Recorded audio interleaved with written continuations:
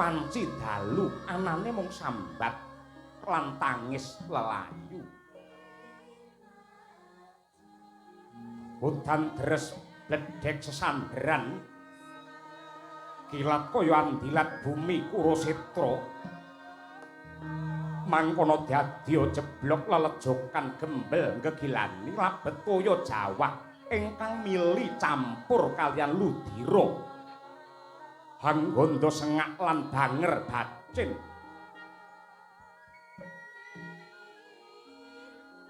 pating blingkrah kreta bubrah lan batange gajah pating glimpang bangke kuda lan menungso tanpa itungan tumpang tindih tumpuk matumpa tumpa korban Bratayuda ingkang mangkono dadya sintru ingkang mapan wonten ing pasanggrahan Bulupitu. Sanadyan swasana kebak panandhang parandene tan kuwawa nyuremke soroting paningal kang pindha sardula mulat memangsan hanenggih Sri Ngastina tetungguling para Kurawa Prabu Duryudana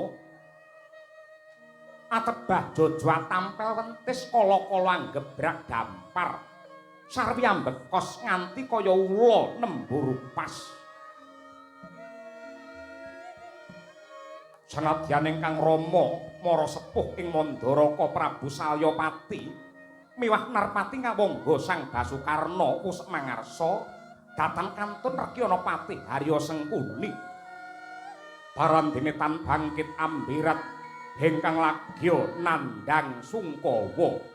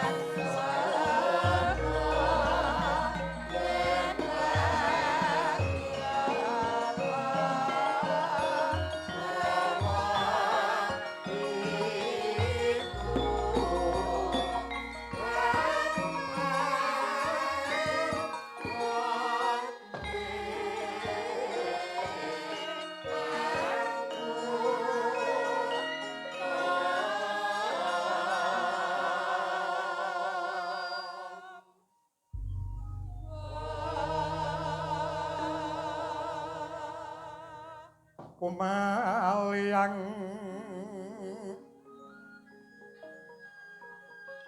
lotoking katyuping angin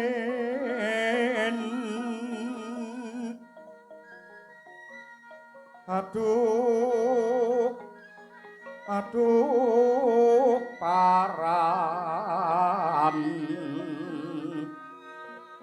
ning kang puruk ipun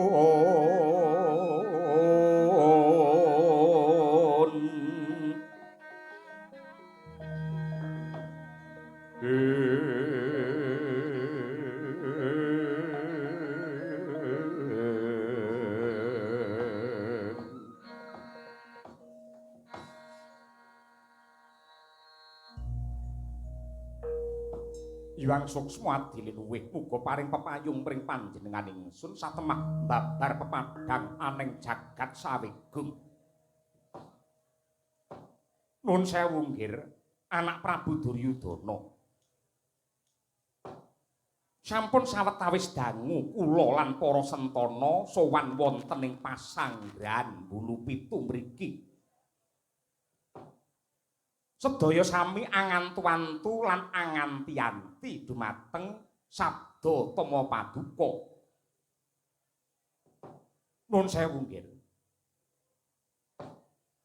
Nalika Prabu Kresna alampah duta, paduka sampun anetepaken bilih Bratayuda dadi Bratayuda dadi ngantos sakmangke Bratayuda sampun lumampah 13 dinten.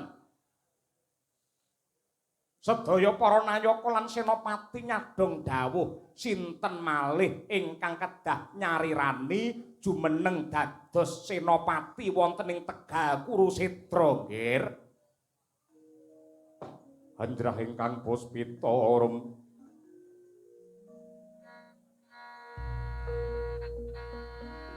kasliring samiron ombre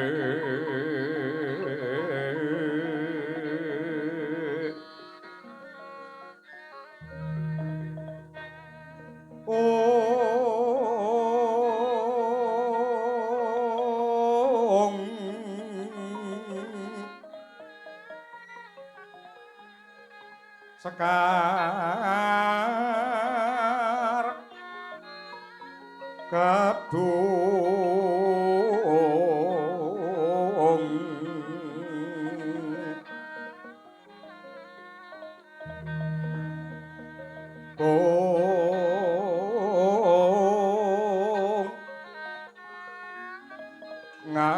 ngaskan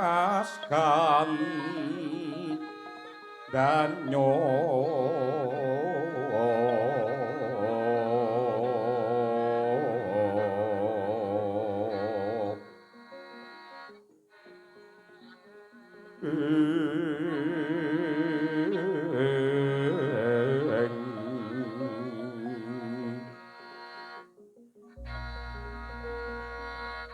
maweh raras renaning driya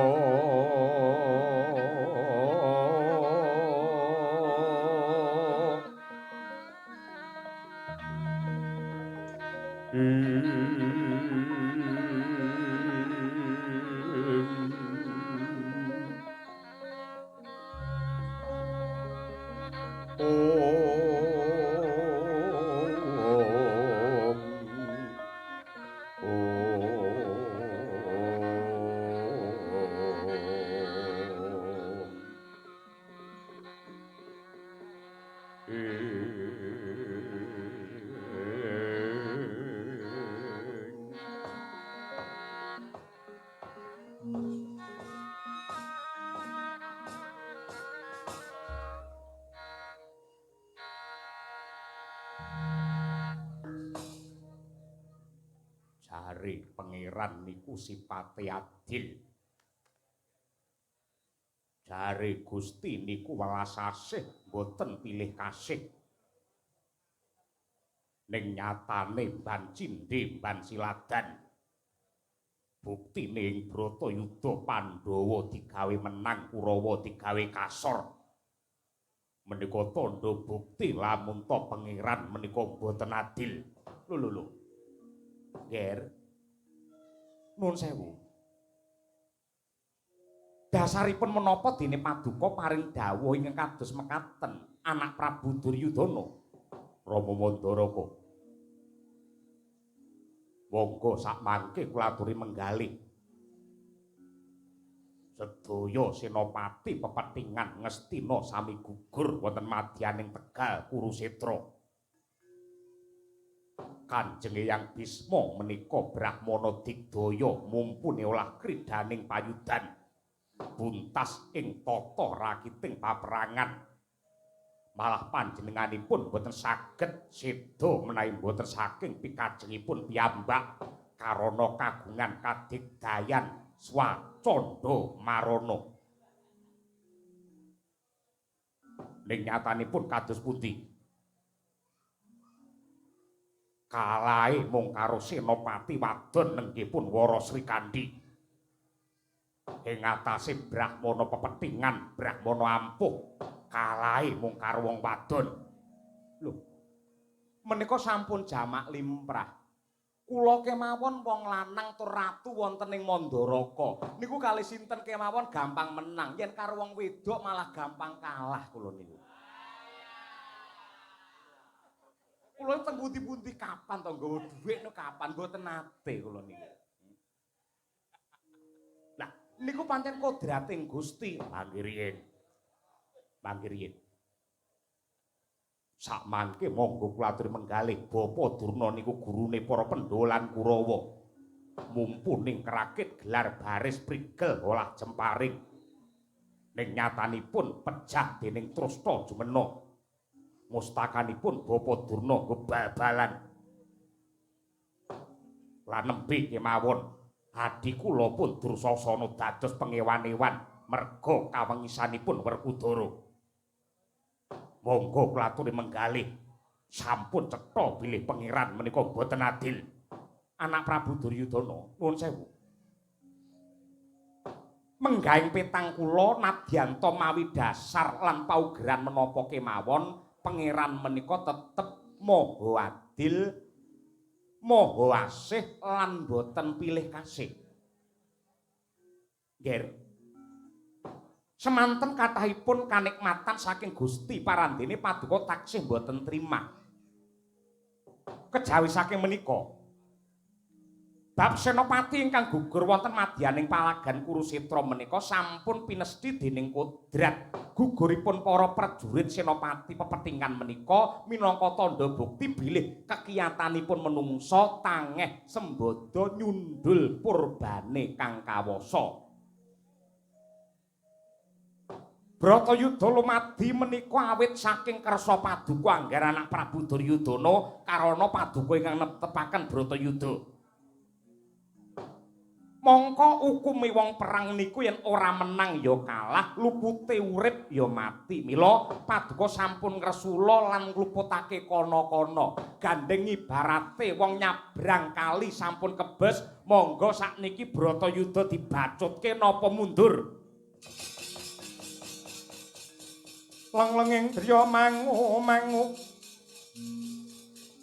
mangun kung kandhuan rimang lir lena tanpa kanin yen tan tulusa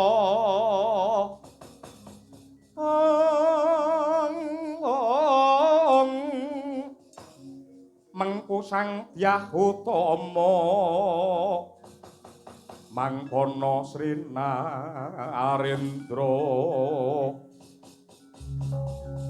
wuwus nyolon anggrapa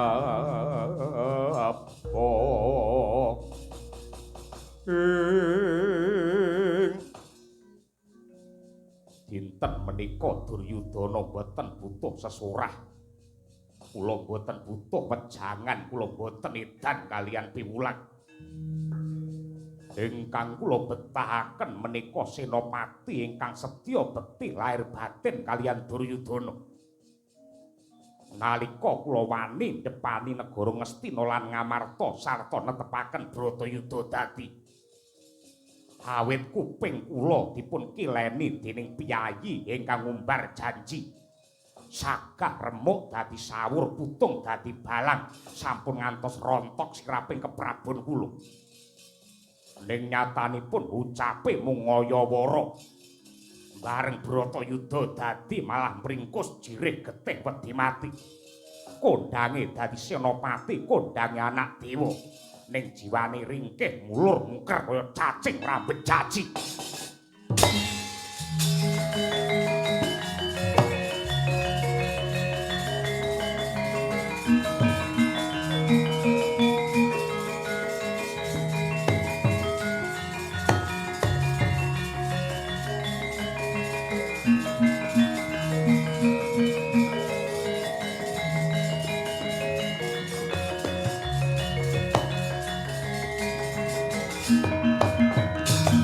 Yogya malih kinarya palupi Surya putra Narpati ngawangga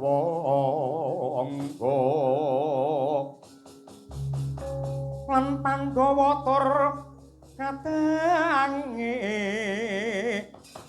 liyan nyayah tunggil ibu Suwita mring Sri Kurupati ing Ngastina kinarya golagul manggolong-golonganing perang Bratayuda pinadekan Senopati. Oh, aduh, Yayi Prabu Duryudana. Paduka jimat sembahan kula ing Marcapada pratenggelahan. Nyuwun pangapunten kepeksa kula bedol saking sasana matur tanpa piniji. Nuwun sewu. Sak bodho-bodhonipun Ratu Ngawangga menika kula tasih saged anggagapi dhateng pundi playuning tembung lan pangandika paduka. Yektosipun sampun sawetawis dangu kula nengga dawuh saking paduka benjang menapa kula dipun keparengaken labuh labet dumateng negari Ngastina ngetingalaken ing reh kaprawiran kula mbrasta dumateng para Pandhawa. Yayi gandeng kula sampun ngrumaosi gesang kula menika sahandhap padha paduka. Tanpa sih katresnan lan pangayoman paduka karna menika namung derajat anak kusir wong sudra sampali mbuh kanane wong saudon saurupan mboten saged mangan menawi mboten nyangga bathok turut masar. Ning inggih awit saking katresnan paduka sakmangke paduka rengkuh kula mongko dados senopati ing negari Ngastina lan sampun satrepipun kula ngetingalaken jiwa kaprawiran ngurbanaken dumateng jiwa raga kula kangge ngreksa dumateng kawibawan paduka. Pramila kula nyuwun tambahing berkah pangestu Yayi. Dinten kaping 14 benjang pletheking srengenge saking jagat wetan dados ungup-ungup wiwara pepadang. Kalilan kula badhe madeg senopati kula ingkang sagah ngrentengi sirahipun para Pandhawa. Dalah.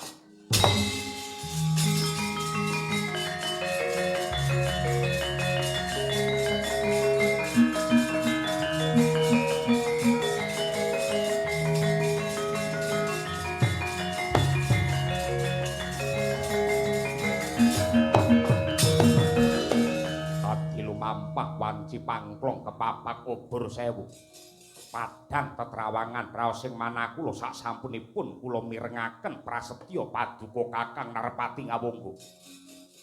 Pramila saking menika mugi sineksen jagat saisinipun Bratayuda dinten kaping 14 Kakang Narpati Ngawangga Basukarna kula tetepaken dados senopati Ngastina.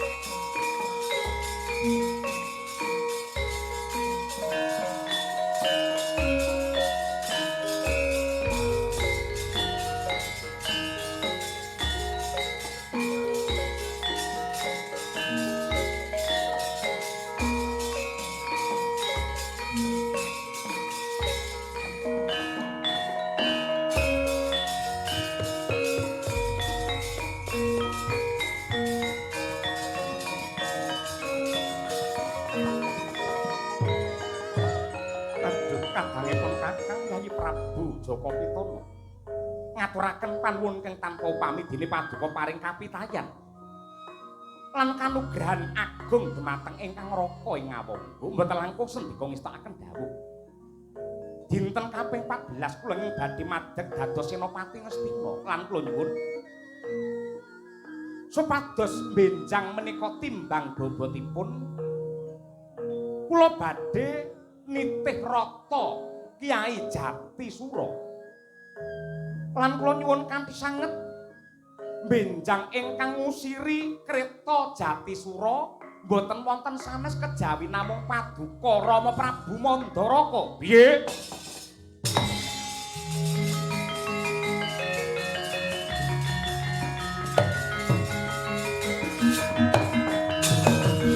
Trisang kapirang nangkul kinempit-kempit dosang reknaning bawana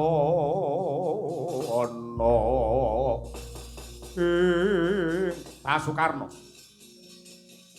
wis marambah makaping-kaping saben kowe ngucap saben kowe guneman mesti natoni atine sapa-sapa. Kowe kepengin madeg senopati sing dadi kusire maratuwamu Salyapati iki. Yo. Sadurunge aku saguh dadi kusir ayo metu njaba kowe petung karo aku le.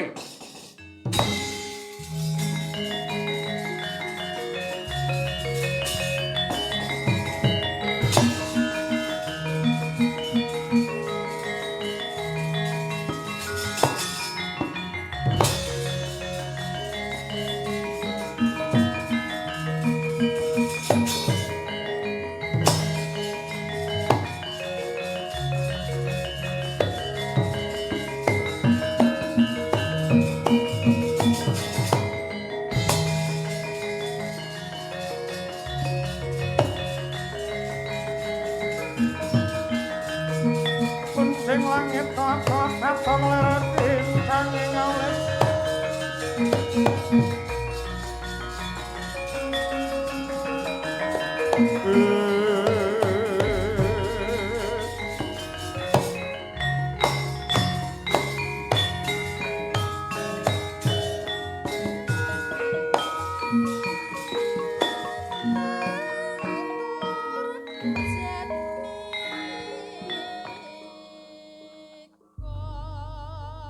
Mboten langkung ingkang putra mantu ngaturaken sembah pangabekti tandha pengaji aji mawan tuwang tuwa kunjuk Rama Mandaraka. Sik. Pedahe apa kowe nyembah karo wong gerang yen batinmu ngetungi kepelan? Wiwit nalika Ratu Ndarawati teka ana ing Pendhapa Ngastina biyen para sepuh kabeh padha ngelikake supaya Duryudana ngambah dalan rahayu netepi tembung Bawaleksana balekake kamukten negara Ngamarta lan Ngastina marang para Pandhawa kabeh padha juweh nreweteh ucape nuturi karo Ratu Ngastina ning parandene kowe sing ngobong karo swasana kowe sing nglincipi carang apa-apa malah kepara kowe ngremehake marang derajate wong gerang. Kowe nyepelekake karo Rama Penemban Bisma, kowe nyepelekake karo Guru Durna, kowe nyepelekake karo wong tuwa. Bareng tak glejah, bareng tak nalar, bareng tak pikir Salya iki duwe anak wadon 3, sing 2 nemu bejo ning sing 1 nemu apes. Yen anak wadon Nerawati diwengku karo Ratu Mandura si Baladewa, nadyanta kae ratu sing manggan mara tangan, sing ceklekan aten, sing dheweke gampang nesu, ning yen karo wong tuwa ki ngaji-aji, karo wong tuwa ki ngurmati. Kuwi Baladewa. Banjur anakku si Banowati diwengku karo Ratu Ngastina Duryudana, nadyanta kae ratu sing bongol, ratu sing ngumbar maksiat, ning yen karo wong tuwa banget anggene ngaji-aji, pendak sasi mesti ngirimi apa-apa, pendak bodo mesti nggawani beras lan liya-liyane. Kuwi Duryudana. Ning balik anak wadon Surtikanti dirabi karo ratu cilik wae Ratu Mejenun. Suarane prasasan kaya kakean gluduk ning kurang udan, kegedhen sirah ning kecilikan kethu. Sapa kuwi? Ya kowe kuwi Basukarna. Tak kira wiwit lakon kuwi kowe banjur cengkelak lunga saka pendhapa, banjur kowe tobat lan gelem nandukake tata krama kang prayoga ning nyatane watakmu tetep kaya mbiyen. Bener pangandikane para pinter yen jenenge watuk kuwi gampang tamban-tambanane, yen watak ki ora iso ilang yen ora bareng karo sing nyandang pisan. Lepat kula menapa Kanjeng Rama? Apa memper? Kowe sesuk saguh dadi senopati nitih kreta Jatisura, banjur aku mara tuamu, aku sing menehi wanita sing gawe bombonge rasa maremi batinmu. Ing atase mara tuwa kok dadeke sopir iki karepmu piye to?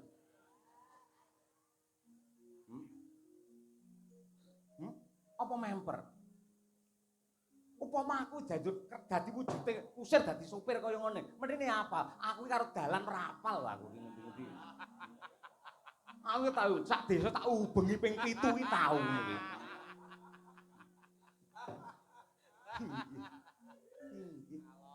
Dasarmu piye? Ing atase mantu nek merintah gerangane maratuwane dadi kusir jane pikiramu nang endi?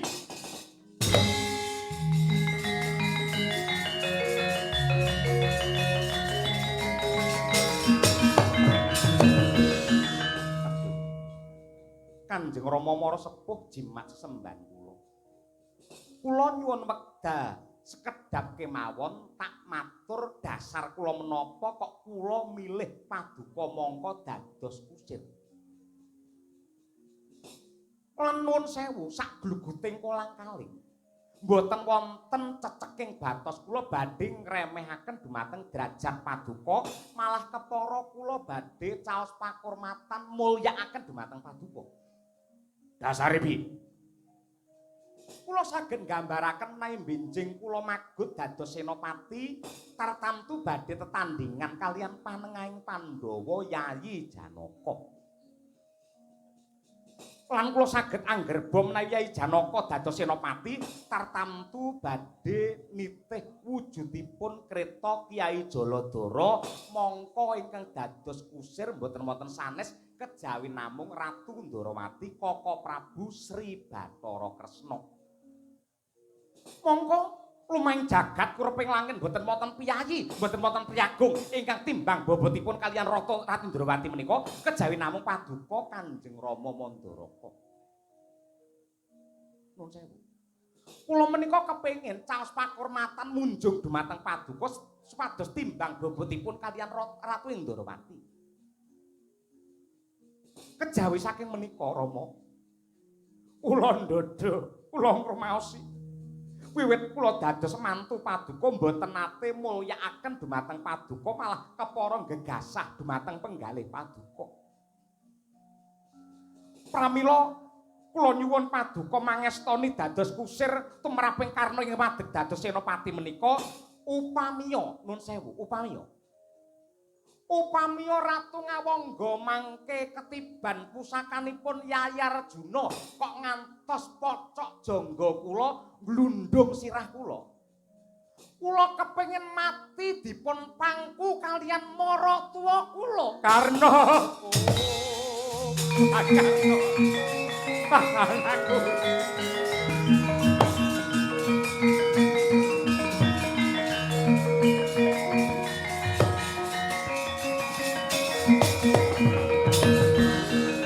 Yastatu tinambuh tiniling angles kalangling leng-leng kalunglun lolo wah ladala jagat Dewa Bathara ya jagat pangestungkara kleru kang dadi pandhakwaku luput ingkang dadi panggerbaku Karna. Jebul kowe duwe gegayuhan ingkang luhur kaya mengkono. Anggenmu mundi-mundi, anggenmu ngaji-aji karo maratuwa. Kowe upamane cilik lara gedhe mati pengin dipangku karo Salyapati ya ndak turuti. Aku saguh dadi kusirmu ning ana syarate. Anak ngendi wae pintera kaya apa, sektiya kaya apa, apika kaya apa. Tangeh lamun besok yen mati entuk swarga, lamun to durung ngaup pepadane mboke. Golek ana ibumu, golek ana mbokmu. Kowe njaluk pangestu lan pengasih saka mbokmu Kunti Talibrata kae. Men kowe dadi satriya, bisa dadi kaca brenggala tumrape para priya ing sak jagat raya Karna.